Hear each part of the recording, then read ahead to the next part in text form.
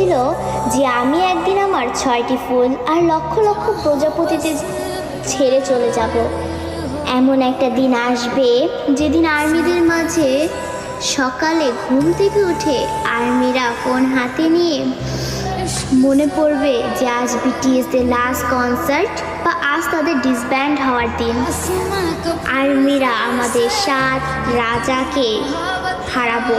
সত্যিই তো বিটিএসরা আমাদের ছেড়ে চলে যাবে।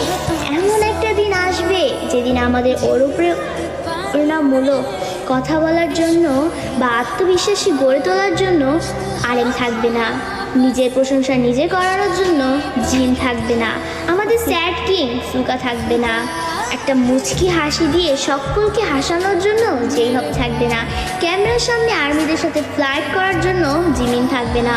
হয়তো এমন একটা দিন আসবে যেদিন আর্মিদের পাগলামো করে হাসানোর জন্য তেইয়াং থাকবে না।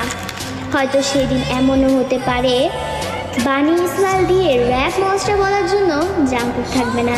সেদিন হয়তো বা বিটিএস নামক ওই ব্যান্ডটা থাকবে না। হয়তো তাদের আর কোনো গান অ্যালবাম রিলিজ হবে না। আমরা হয়তো বা আমাদের 7 রাজাকে আর কোনোদিনও ফিরে পাবো না।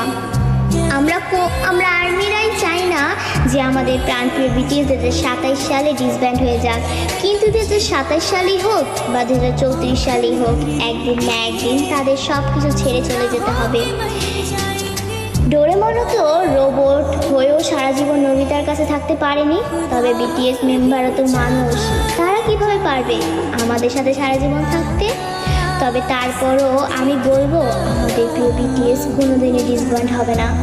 তারা আমাদের হৃদয়ের মাঝে চিরকাল থাকবে। দিন শেষে একবার আমাদের রিয়েল আর্মিদের মনে পড়বে আমাদের 7 রাজার কথা, তাদের সেই পাগলামোর কথা, তাদের সেই অনুপ্রেরণামূলক কথাগুলো, এবং এটাই হচ্ছে রিয়েলিটি।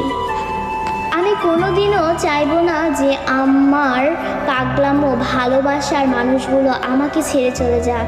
তাই আমি সৃষ্টির কাছে দোয়া করি যে সৃষ্টিকর্তা যেন আমাদের প্রিয় 7 রাজাকে কোনো দিনও আমাদের থেকে দূরে না সরায়। তিনি যেন সারা জীবন আর্মিদের মাঝে তার 7 রাজার সাথে হাসি খুশি দিন কাটাতে পারে।